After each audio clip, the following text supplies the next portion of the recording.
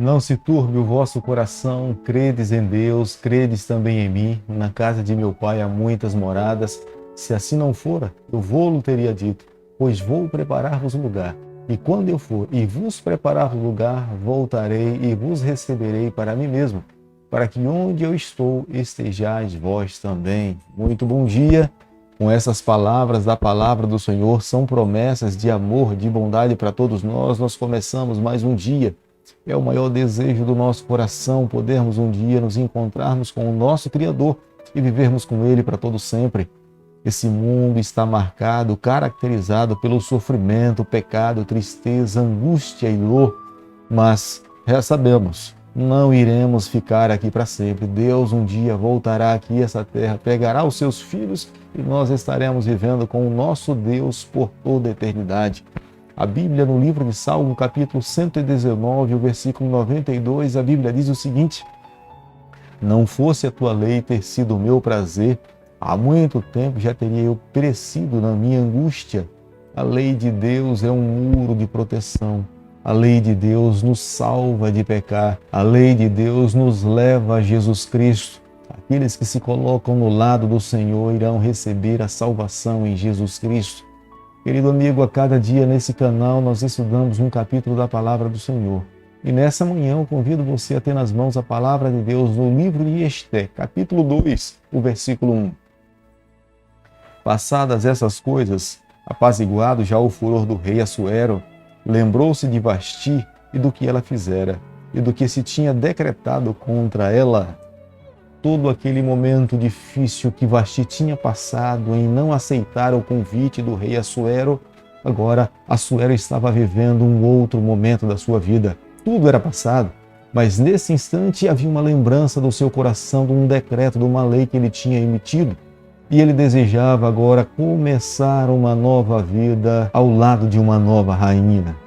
Nada nessa terra acontece por acaso. Deus conduz detalhadamente a história do planeta Terra. Deus sabia perfeitamente quem seria a futura rainha persa. Deus precisava de alguém que pudesse ser um instrumento nas suas mãos. Deus tinha trabalhado um coração de uma moça para que essa pudesse lhe servir dentro do reino persa, o maior reino daquele período.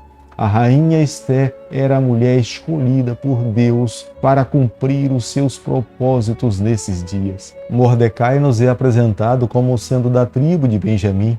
Mais uma vez eu falo para você, nada nessa vida acontece por acaso. A ascensão de Mordecai dentro do reino persa era a mão de Deus, era Deus conduzindo a história. Deus queria que Mordecai de fato educasse alguém para ele cumprir os seus propósitos através da vida dessa moça. Mordecai tinha criado Hadassa, que era uma moça órfã, e se tornou a rainha Ester como sendo a sua própria filha. Ester ganhou a simpatia dos súditos no palácio, mas na verdade Ester não era apenas uma moça simpática ou bela exteriormente.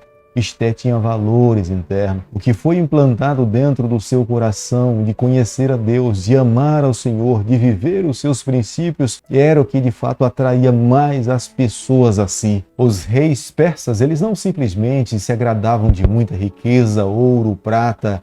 Eles não apenas faziam investida nos outros reinos em busca de riqueza e aumentar cada vez mais os seus tesouros, mas eles também possuíam grandes harém.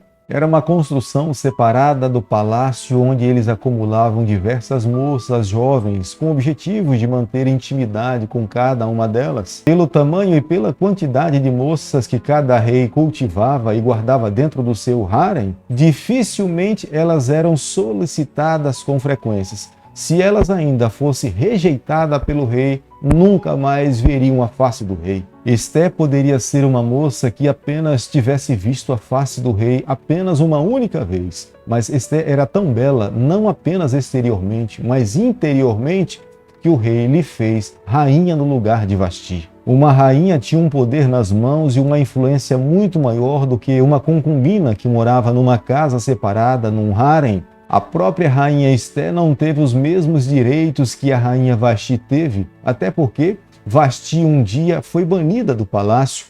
O próprio rei Assuero toma medidas para que as rainhas futuras pudessem estar submissas à sua vontade. Como nós podemos ler no versículo 5 do capítulo que nós estamos estudando nessa manhã, Mordecai, ou Mardoqueu, que tinha um nome civil de uma divindade babilônica, o derivado do deus Marduk. A história de Esté está dividida entre a primeira partida do povo do cativeiro babilônico para Jerusalém, até o momento em que Esdras e Neemias são conduzidos para Jerusalém para a reconstrução da cidade e reconstrução do templo. Mordecai era um judeu que vivia dentro da cidade. Possivelmente ele fosse um oficial do reino persa. Segundo a tradição judaica, Mordecai estava envolvido em algum tipo de atividade comercial antes dele ser introduzido dentro da corte persa. Como nós encontramos aqui no livro de Esté, no capítulo 2, no versículo 7, o nome de fato de Esté era Hadassa. O significado do seu nome significa uma estrela dada para o reino persa. Possivelmente Mordecai, no momento em que soube que o reino persa tinha interesse em Hadassa,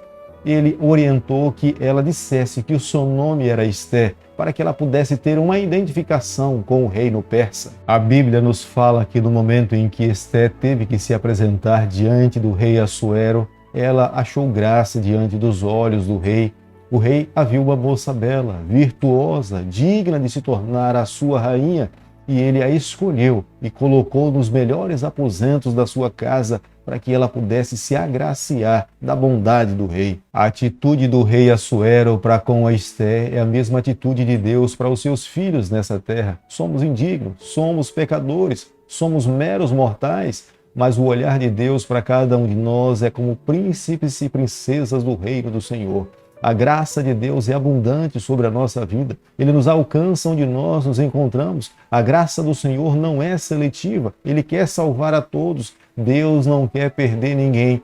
O desejo de Deus é que todos os pecadores um dia alcancem a salvação em Jesus Cristo e entrem na cidade da Nova Jerusalém pelas portas. Da mesma forma como nós falamos da rainha Esté, ela era imerecedora, era de uma outra nação, de uma outra linhagem, mas a graça do rei Assuero, os olhos do rei Assuero, fez de Esté a rainha do seu reino. Como nós podemos ler no versículo 10 do capítulo que nós estamos estudando nessa manhã, o conselho de Mordecai a Esté é que ela não revelasse a sua linhagem.